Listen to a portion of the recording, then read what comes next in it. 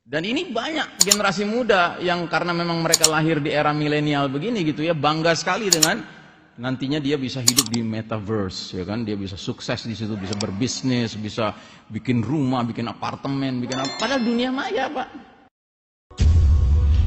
Alhamdulillahirrahmanirrahim.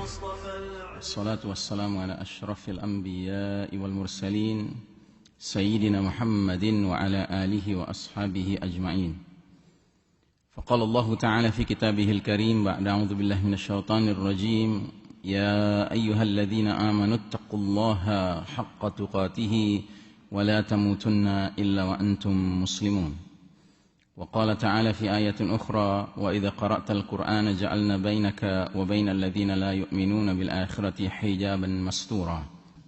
Siapakah yang lebih baik perkataannya, ucapannya, ajakannya daripada orang yang menyeru kepada Allah? Dia mengerjakan amal soleh dan dia berkata, innani minal muslimin. Sesungguhnya aku termasuk kaum muslimin atau orang-orang yang berserah diri. Nah, jadi penyeru kebenaran itu dia dipandang oleh Allah Ta'ala sebagai manusia yang ucapannya itu terbaik.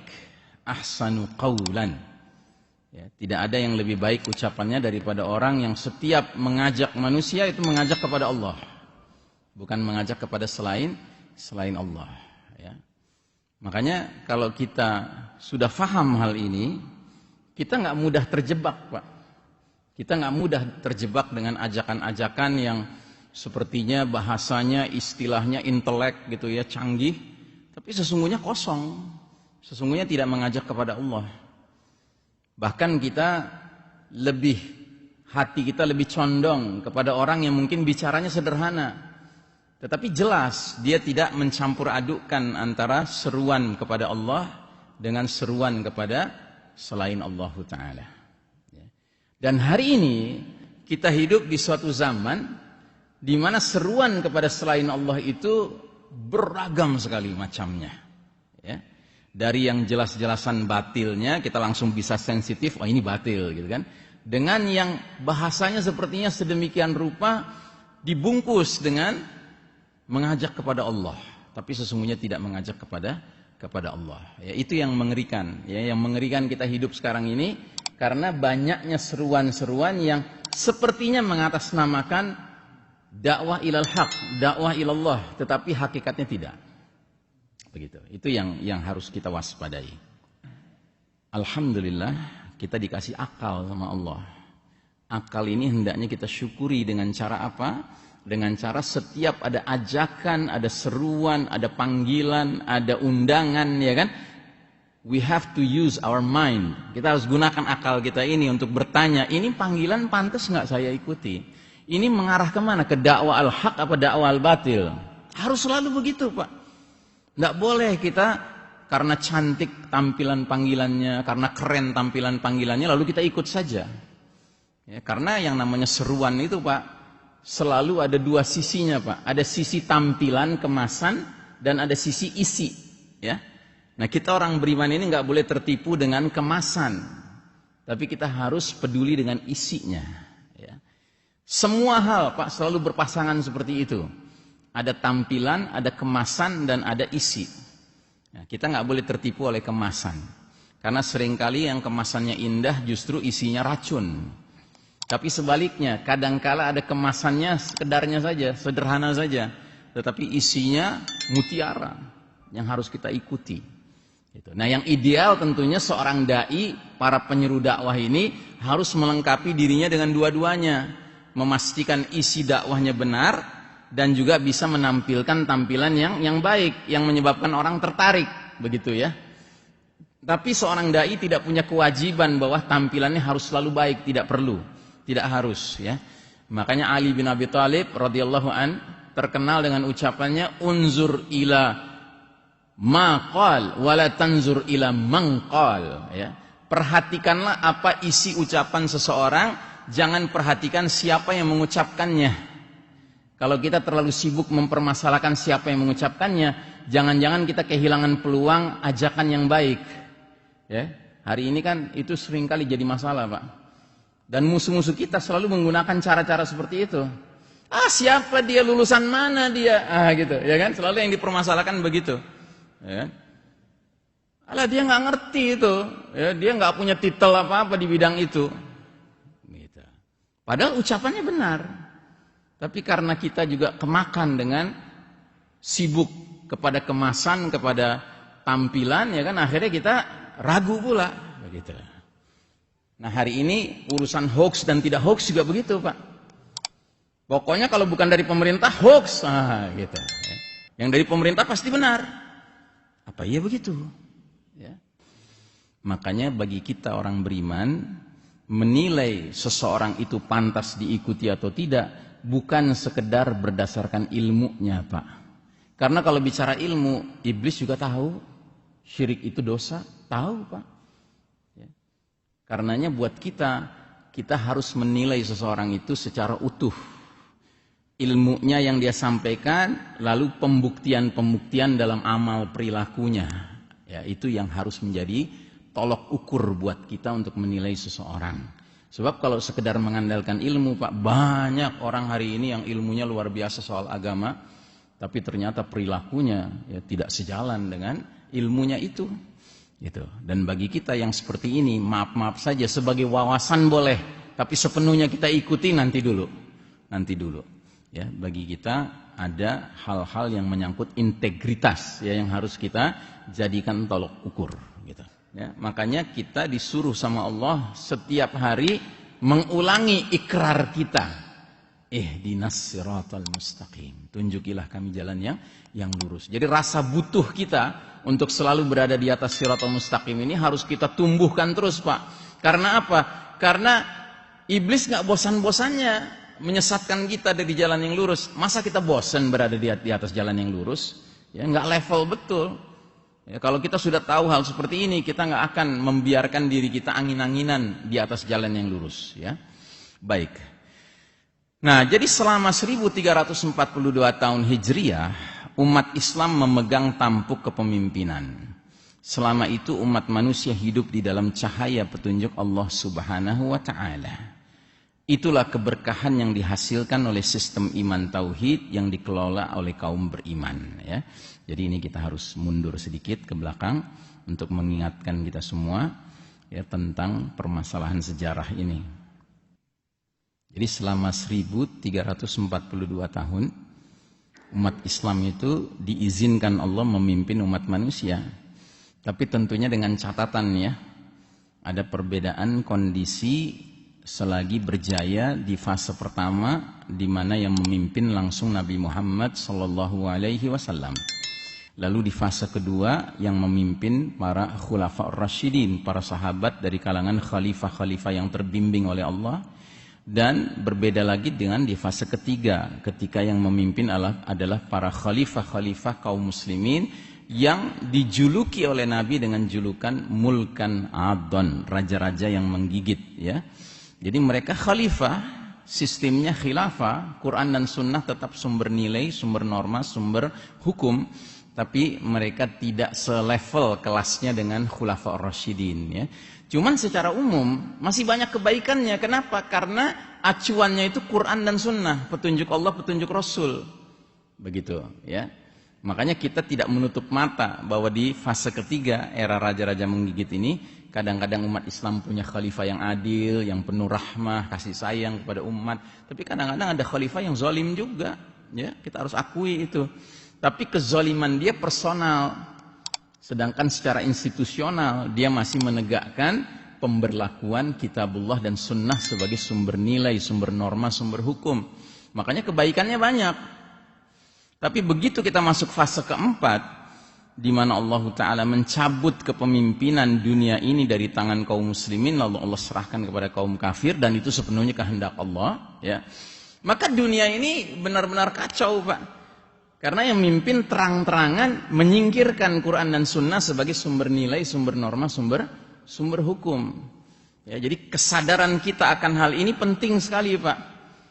Jadi kalau Anda ditanya kenapa sih dunia sekarang kacau? Ya karena yang mimpin dunia tidak mau menggunakan petunjuk Allah, petunjuk Rasul sebagai panduan dalam memimpin umat manusia. Tapi mereka orang-orang pinter loh, ngerti sosiologi, ngerti politik, ngerti ekonomi, ngerti budaya gitu ya, ngerti kedokteran, farmasi gitu ya. Ya kita jawabnya sederhana. Orang itu sekalipun punya aneka ilmu seperti itu tetap bodoh di mata Allah dan Rasulnya. Karena apa? Karena hakikat ilmu itu bersumber dari Allah dan Rasulnya. Ya. Makanya ada hadis mengatakan, Badiru bil mauti sittan. Bersegeralah Anda memohon kematian segera jika 6 perkara sudah muncul. Salah satunya apa? Imrotas sufaha. Munculnya pemerintahan dari penguasa-penguasa yang bodoh. Nah, apa maksudnya penguasa yang bodoh? Penguasa yang di dalam memimpin tidak mau menjadikan sumber ilmu yang sebenarnya sebagai petunjuk untuk mengelola masyarakat. Itu penguasa bodoh, Pak. Penguasa yang menyingkirkan petunjuk Allah, petunjuk Rasul sebagai sumber ilmu. Jadi sekalipun penguasa itu ngerti politik, ngerti ekonomi, ngerti budaya, ngerti macam-macam Pak ya ilmu, tapi nggak ngerti Alkitab, nggak ngerti din, nggak ngerti agama, hakikatnya dia bodoh Pak. Sebab terminologi bodoh di dalam Quran dan Sunnah itu adalah jahlu anil haq, bodoh akan kebenaran. Itu hakikat bodoh Pak. Hakikat bodoh bukan orang yang nggak ngerti politik, nggak ngerti ekonomi, itu bodoh gitu. Enggak penting Pak kita ngerti itu semua. Kenapa? Karena semua ilmu itu kategorinya ilmu dunia. Dan ilmu dunia itu berlakunya sampai kapan? Sampai mati, selesai. Tapi kalau ilmu agama berlaku sampai kapan? Sampai dunia sudah berlalu. Kita ngerti Pak, kita kalau nggak belajar agama nggak ngerti apa yang kita akan alami di dalam kuburan nanti. Apa yang kita akan alami di akhirat nanti, ya kan? Dari mana kita tahu itu? Dari agama, dari petunjuk. Selain daripada itu nggak mungkin kita dapatkan. Anda boleh kelotokan jadi profesor di bidang sosiologi, tapi Anda nggak bisa menjelaskan nasib Anda di dalam kubur nanti. Makanya disebut imrotas sufaha, penguasa yang bodoh. Ya. Penguasa yang bodoh itu penguasa yang mencampakkan sumber ilmu yang sebenarnya, kitabullah was sunnah. Ya. Nah, jadi saudaraku rahimakumullah, makanya saya mengistilahkan semenjak tahun 1342 Hijriah, persis 101 tahun yang lalu, bukan 100 tahun ya, karena ini PowerPoint-nya dibuat sekian bulan yang lalu, kita sekarang sudah tahun 1443 Hijriah, berarti 101 tahun yang lalu. Semenjak saat itu umat Islam kalah. Kita bukan yang mimpin dunia, yang mimpin dunia orang kafir. Namun begitu, Allah mencabut hak kepemimpinan umat Islam, maka Allah izinkan kaum kafir memimpin dunia.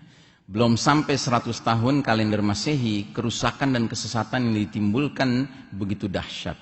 Umat manusia dipaksa hidup dalam kegelapan laksana malam yang gelap gulita. Sebagaimana hadis Nabi bersabda, Badiru bil a'mali fitanan kaqita'il lailil muslim. Segeralah kalian beramal sebelum datangnya fitnah-fitnah yang banyak sekali seperti malam yang gelap gulita. Nah itu zaman kita sekarang Pak. Kenapa kita sekarang menghadapi begitu banyak fitnah? Karena dunia ini gelap. Kenapa gelap? Karena tidak dipimpin oleh orang-orang yang menyalakan sumber cahayanya. Al-Quran dan Sunnah itu sumber cahaya kehidupan kita. Ya. Kalau dia nggak dinyalakan ya gelap dunia ini. Makanya kita yang mengaku Muslim supaya bisa tetap terang hidupnya, sekalipun secara dunianya nggak diberlakukan Quran dan Sunnah, berlakukanlah di rumah masing-masing. Nyalakan lampu itu di rumah masing-masing. Jadikan semua anggota keluarga kita akrab dengan Al-Quran. Jadikan semua anggota keluarga kita akrab dengan sunnah Nabi. Ya, sehingga rumah-rumah kita menyala Pak lampunya. Sekalipun sekelilingnya gelap gulita Pak. Gitu. Makanya Nabi sampai mengingatkan kalau kita hidup di era penuh fitnah, apa termasuk hal penting yang harus segera dikerjakan? Alzam baitak. Ya, fokus pada keluargamu, fokus pada rumahmu. Karena itu tempat satu-satunya sekarang ini yang kita bebas merdeka menegakkan kedaulatan Allah, ya kan? Di tempat lain kita nggak bisa menegakkan kedaulatan Allah. Ya, di tempat lain kita cuma bisa menyerukan, mengajak saja. Gitu. Nah, kalau sampai di rumah sendiri kedaulatan Allah nggak tegak, ya yang salah siapa? Ya pimpinan keluarganya. Gitu. Makanya kita harus benar-benar kerja keras nih Pak. Sementara kiri kanan depan belakang kita ngajak pada kegelapan karena nggak menggunakan Quran dan Sunnah, ya kita harus lawan arus Pak dengan cara hidupkan Quran, hidupkan sunnah di dalam rumah kita masing-masing. Ya. Nah, apalagi Nabi mengancam bahwa di era yang gelap gulita itu, fenomena yang paling mencolok adalah pagi hari seseorang masih mukmin, sorenya kafir. Sore hari masih mukmin, paginya kafir. Dan itu terjadi karena apa? Karena orang itu rela menjual agamanya demi barang kenikmatan dunia. Ya, hari ini banyak sekali manusia yang sudah menganggap agama itu suatu hal yang kuno. Gitu. Sementara kenikmatan dunia itu penting, ya. Apalagi kalau nanti kita sudah masuk ke era teknologinya makin canggih, Pak. Anda sudah mulai dengar kan tentang gagasan si Mark Zuckerberg. Tahu Mark Zuckerberg? Kenal ya? Pemilik Facebook. Ya kan, dia itu sudah mulai merancang kehidupan baru, Pak. Namanya metaverse, ya. Metaverse. Metaverse ini di atas universe ceritanya. Universe ini alam kita. Nanti dia bikin alam sendiri, Pak. Alamnya itu dunia maya di dalam dunia maya. Wih, keren. Itu. Jadi nanti kita makin hidup dalam kepalsuan yang luar biasa, Pak. Kepalsuan yang bertingkat-tingkat. Gitu. Ya. Dan ini banyak generasi muda yang karena memang mereka lahir di era milenial begini gitu ya, bangga sekali dengan nantinya dia bisa hidup di metaverse, ya kan? Dia bisa sukses di situ, bisa berbisnis, bisa bikin rumah, bikin apartemen, bikin apa. Padahal dunia maya, Pak. Dunia maya penuh kepalsuan. Nah, ini ngeri sekali, Pak. Jadi kita akan dipaksa untuk mentakar mulia tidaknya seseorang berdasarkan nilai-nilai yang virtual. Nilai-nilai virtual, Pak. Virtual itu kan palsu. Dan akhirnya makin banyak orang yang berjalan, kita lihat dia berjalan tapi dia nggak bersama kita gitu. Dia dengan hidupnya sendiri, dengan alamnya sendiri. Ya karena dalam dunia metaverse nanti, Pak, kita bisa ketemu sama orang-orang yang tinggalnya jauh-jauh dengan kita, tapi dalam sebuah kepalsuan. Ya, tapi rasanya kayak hidup beneran sama mereka, gitu. Ya. Nah, jadi ngeri, Pak. Kalau kita nggak benar-benar memahami hakikat hidup di dunia ini. Ya, ngeri, Pak. Allah saja sudah bilang, "Wa ma hadhil hayatud dunya illa lahwun wa la'ibun." Sesungguhnya hidup di dunia ini tidak lain adalah senda gurau dan permainan. Nah, sudahlah memang secara umum dunia ini senda gurau dan permainan, Pak. Mereka mau bikin lagi dunia lain yang lebih main-main lagi, lebih permainan lagi, lebih senda gurau lagi, gitu. Ya. Jadi kuadrat, berlipat-lipat gitu loh. Kita akan diajak kepada ya, hidup dalam fun, rasa senang, entertainment, ya kan, tapi palsu semua. Makanya ada analisa-analisa tentang metaverse ini, Pak, yang mengatakan bahwa nanti kalau sudah rame metaverse ini, ya, banyak orang yang lebih senang tinggal di metaverse-nya daripada dalam dunia realitanya. Karena apa? Di dunia realita dia bisa sakit hati, dia bisa putus hubungan dengan pacarnya, ya kan, dia bisa bercerai dengan istrinya, ya kan, sakit hati. Tapi kalau di dunia metaverse itu semua itu bisa dirancang skenarionya menurut maunya dia. Aduh, ngeri, Pak. Jadi kita semua rame-rame diajak menjadi tukang khayal, tukang mengkhayal, ya. Ya, ini mengerikan. Sekarang saja sudah mengerikan melihat generasi muda kita yang sibuk main game terus gitu kan. Ya kan, dalam dunia khayal gamenya gitu, ya kan. Tapi nanti dunia khayalnya itu virtual, Pak. Virtual itu artinya kayak terasa kita ada di dalamnya, Pak. Makanya nanti menggunakan alat yang kayak apa tuh, Google gitu ya, alat Google gitu. Terus kita benar-benar bisa merasakan, ya, naik turun, naik mobil, naik pesawat, ya, benar-benar kayak naik pesawat, kayak naik mobil. Tapi itu semuanya virtual. Ya. Berat, Pak. Kalau kita nggak megang terus ini din, Pak, berat, Pak. Nah, sedemikian masif dan destruktifnya badai fitnah yang melanda, sehingga ancaman bagi umat Islam bukan terjerumus dalam dosa-dosa kecil, bahkan bukan dosa-dosa besar, melainkan dosa nawaqidul iman, pembatal iman. Dan inilah puncak kegelapan babak keempat ini. Ya, jadi kita tidak sekedar diajak untuk terlibat dalam dosa kecil, ya, bukan dosa besar, tapi dosa yang membatalkan iman kita. Ini yang mengerikan. Dan hari ini seruan-seruan seperti ini semakin menggaung ya, Pak, menggaung. Ya, apalagi di negeri kita. Di negeri kita ini kaum munafik ini mendapat tempat, Pak, di media massa. Ya, mereka dimuliakan oleh media massa. Mereka boleh mengolok-olok agama sesukanya. Kalaupun kita melapor, nanti yang melapor yang ditangkap, gitu. Bukan yang dilaporkan yang ditangkap. Gitu. Karena apa? Karena penilaian daripada mereka yang katanya ngerti hukum itu, ya kan? Itu bukan pelanggaran. Gitu. Dan itu sebabnya kenapa nggak dianggap pelanggaran? Ya karena memang bukan Quran dan Sunnah yang jadi acuannya, Pak. Kita beda kacamata. Kalau kita pakai kacamata Quran Sunnah, kita tahu ini orang mengolok-olok agama, ini orang pantas dipenjara, ini orang pantas dihukum, ya kan? Tapi kalau orang kacamatanya bukan Quran dan Sunnah, ya apa urusannya dengan dia? Apa urusannya? Emang kenapa sih? Ya kan suka-suka dong, freedom of speech, kebebasan berpendapat, kan gitu.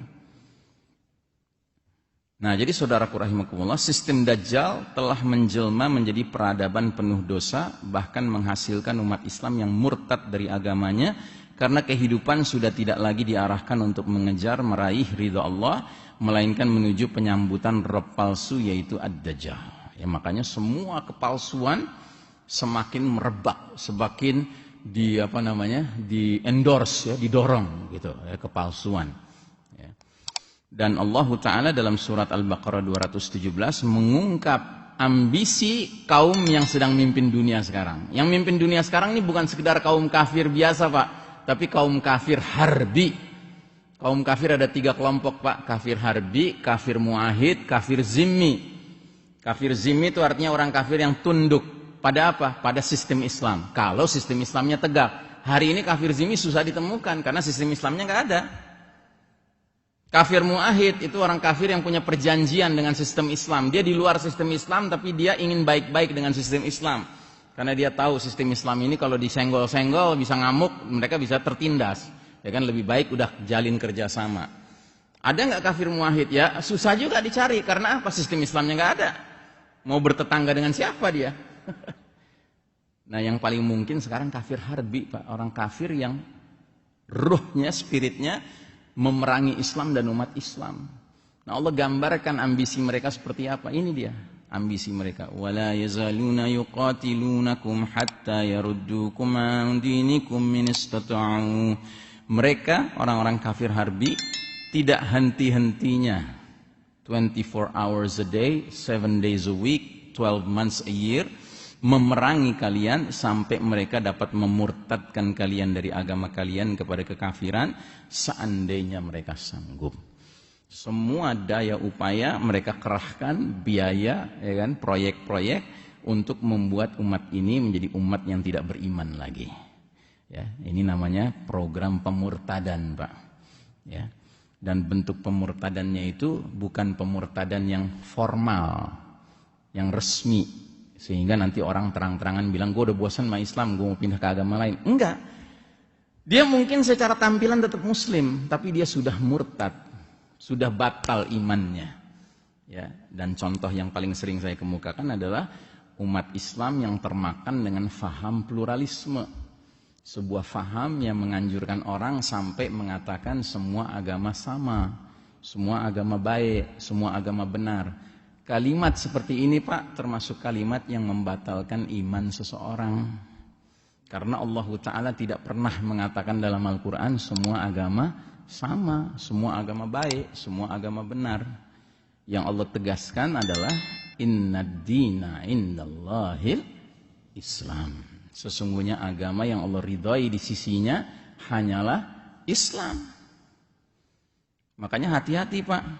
Jangan pernah bilang Islam agama paling benar. Bukan, Islam bukan agama paling benar. Islam agama yang benar. Karena bahasa Al-Quran begitu. Allah mengatakan, huwaladzi arsala rasulahu bil huda wa dinil haqqi liyuzhirahu ala dini kullihi. Dialah Allah yang mengutus Rasulnya Nabi Muhammad SAW dengan petunjuk Al-Quran dan dinul haq, agama yang benar, untuk dimenangkan atas segenap agama lainnya, sekalipun kaum musyrikin tidak menyukai. Jadi Allah punya program, pada akhirnya Islam ini dimenangkan atas semua agama lainnya. Dan Islam disebut oleh Allah dengan istilah dinul haq, agama yang benar. Allah nggak pernah bilang Islam agama paling benar. Islam agama yang benar. Dan kalau kita mengatakan Islam agama benar, agama lain apa, Pak? Agama lain berarti apa? Batil. Itu harus duduk dalam pemahaman dan keyakinan kita, Pak. Bahwa Islam itu agama yang benar, agama lain batil. Yang penting kita tidak kemudian menampilkan seolah-olah diri kita ini representasi Islam yang 100%. Tidak. Dinul haq itu agamanya, Pak. Kita ini muslim. Muslim itu manusia. Yang namanya muslim, manusia kadang bisa benar, kadang bisa salah. Cuman kita harus bersyukur dan berbangga hati bahwa kita dibimbing oleh Allah memilih dinul Islam sebagai jalan hidup kita. Karena ini dinul haq, agama yang benar. Yang mana agama lain batil. Alhamdulillah kita ditunjuki ke agama yang benar ini.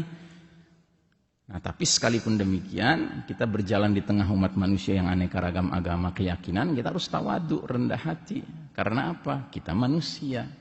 Yang benar 100% itu agamanya. Kita manusia. Kadang-kadang benar, kadang-kadang salah. Gitu. Tapi jangan karena kita manusia lalu kita nganggap semua agama sama, semua agama baik, kan? Konyol betul. Gitu. Sebagaimana jangan karena kita menganggap Islam itu agama yang benar, yang lain batil, lalu kita merasa diri kita benar terus gitu. Enggak begitu. Ya. Ini tipis, Pak, tipis tapi penting kita pahami. Ya, makanya kita tidak pernah boleh mempercayai orang yang mengatakan Islam enggak sempurna. Islam sempurna, Pak. Muslim nggak sempurna benar, tapi kalau Islam nggak boleh kita bilang nggak sempurna, nekat loh. Gitu. Karena Allah sudah bilang, al-yauma akmaltu lakum dinakum. Pada hari ini telah kusempurnakan bagi kalian agamamu. Sudah sempurna Islam. Nggak ada cacat celaknya, nggak ada kekurangannya, nggak ada loophole-nya, nggak ada lubang-lubang kekurangannya. Islam itu sudah sempurna, Pak. Nah, kita muslimin ini yang nggak sempurna. Yang karenanya supaya kita mendekati kesempurnaan, jadilah orang yang berpegang teguh kepada Islam itu. Jangan orang yang dengan Islamnya ragu-ragu. Gitu. Percaya lagi orang mengatakan Islam gak sempurna. Jangan. Nah, jadi sistem dunia sekarang ini, Pak, dikelola oleh mereka-mereka yang ambisinya seperti ini. Gitu. Makanya nanti pelan-pelan nih, Pak, kalau New World Order sudah berdiri, Pak, ya, mereka akan memperkenalkan agama baru. Namanya New Age Religion, ya, agama New Age, ya, atau New Age Movement, ya, gerakan New Age. Agama New Age ini adalah agama yang tadi logikanya logika semua agama sama, semua agama baik, gitu. Ya, bahkan kita nanti bisa masuk ke tempat ibadah agama apapun kalau mau beribadah, gitu. Dan ini pelan-pelan sudah mulai diperkenalkan, kan?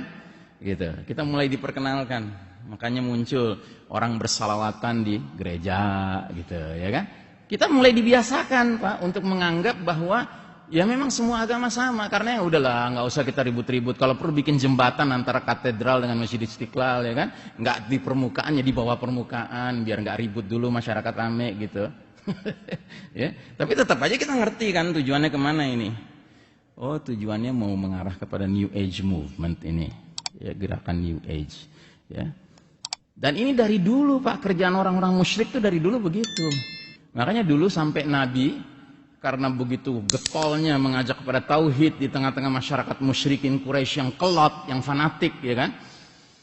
Akhirnya pimpinan musyrikin datang ke Nabi, bilang apa? Ya Muhammad, begini aja deh, biar kita nggak ribut terus-terusan nih, ya kan?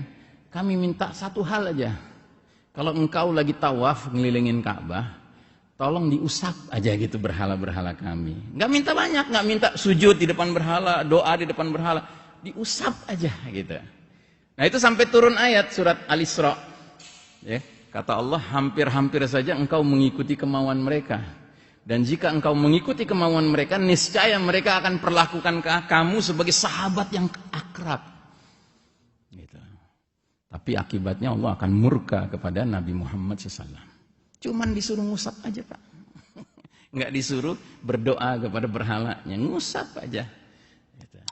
Itu akan membuat mereka senang. Nah, karena apa? Karena hakikatnya nggak bisa ketemu, Pak. Al-haq dengan al-batil nggak bisa ketemu.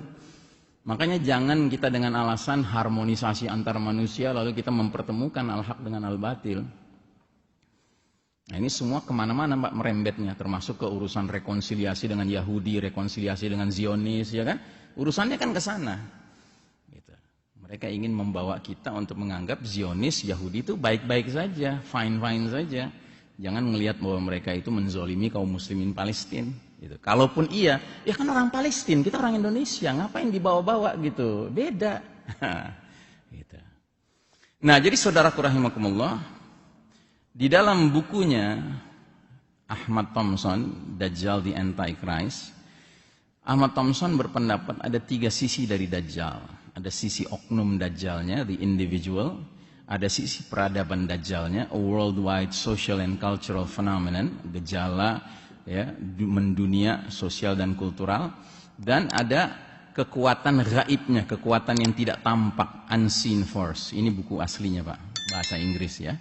Saya sangat menganjurkan Anda membaca buku ini Pak, karena Ahmad Thompson ini penulis muslim berkebangsaan Inggris yang telah dengan baik sekali dalam buku ini mempreteli sistem dunia hari ini yang dia kasih judul Sistem Dajjal. Ini terjemahan bukunya Sistem Dajjal Pak dalam bahasa Indonesia.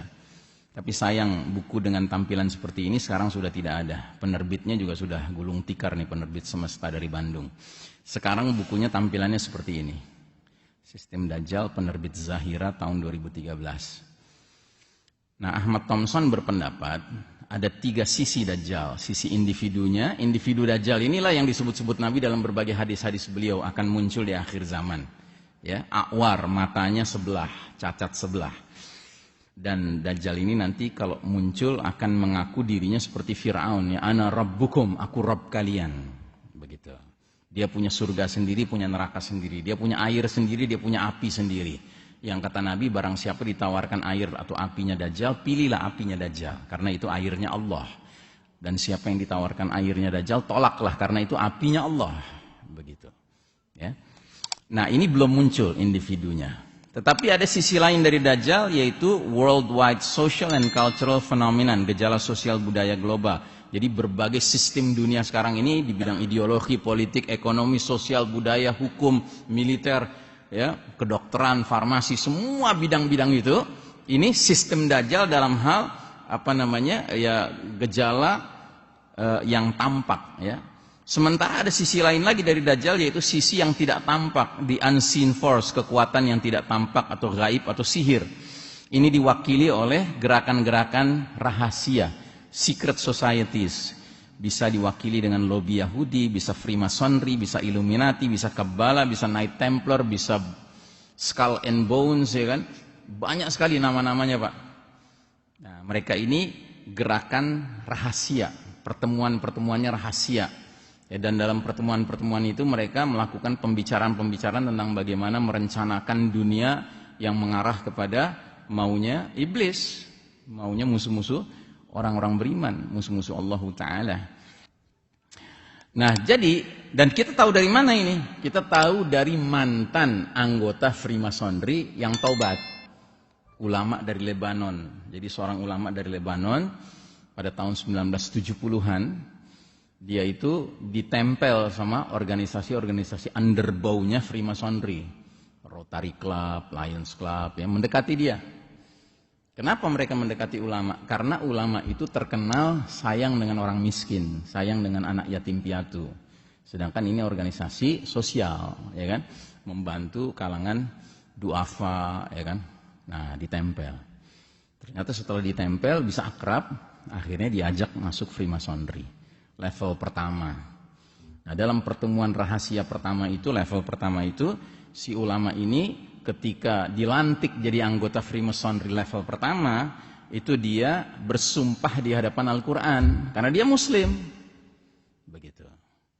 Nah, setelah dia baiat, ya, dilantik jadi anggota, ya, punya kartu anggota, dia dikasih tugas-tugas untuk menguji loyalitas, kesetiaan. Ternyata lulus, maka dia berhak naik level 2. Ada pertemuan rahasia lagi untuk pelantikannya. Nah, di level kedua itu dia dilantik, saksinya nambah, ada Quran, ada bunga mawar. Begitu. Terus dikasih lagi tugas-tugas, uji loyalitas, uji kesetiaan, ya kan? Lulus, naik level 3. Ada pelantikan lagi, saksinya nambah, Quran, bunga melati, pisau belati. Bunga melati, pisau belati, ya kan? Terus sudah gitu level 4, ya kan, nambah lagi, saksinya nambah terus gitu. Nah di level ke-7, saksinya sudah macam-macam Pak, Qurannya sudah ditarik.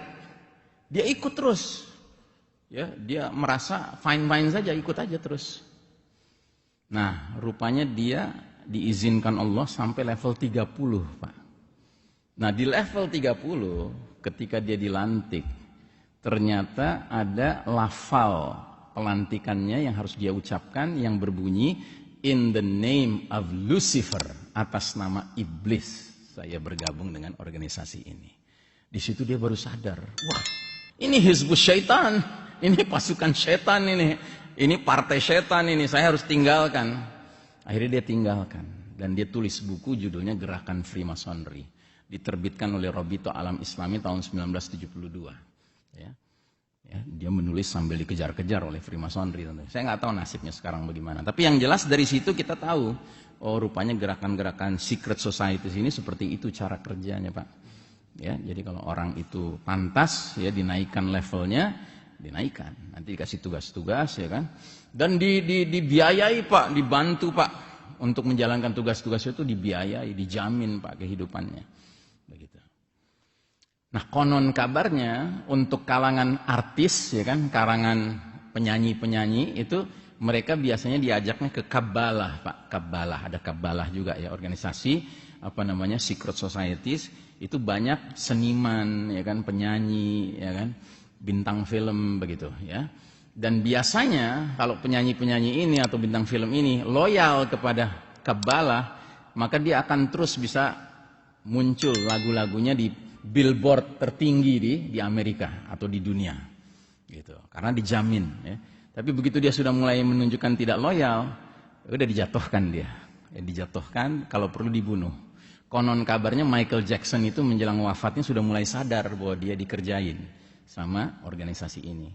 Ya, sudah mulai ada lontaran-lontaran pengungkapan dia tentang jahatnya organisasi ini, maka akhirnya dia disuntik mati, Pak. Begitu. Ya. Nah, jadi saudaraku rahimakumullah, inilah dunia kita hari ini. Ya, dunia yang banyak sekali penentu-penentu kebijakan itu mereka adalah anggota secret societies ini. Jadi mereka jadi bahagian dari sistem Dajjal ini, dari sisi the unseen force, kekuatan yang tidak tampak, ya. Alhamdulillahi rabbil alamin.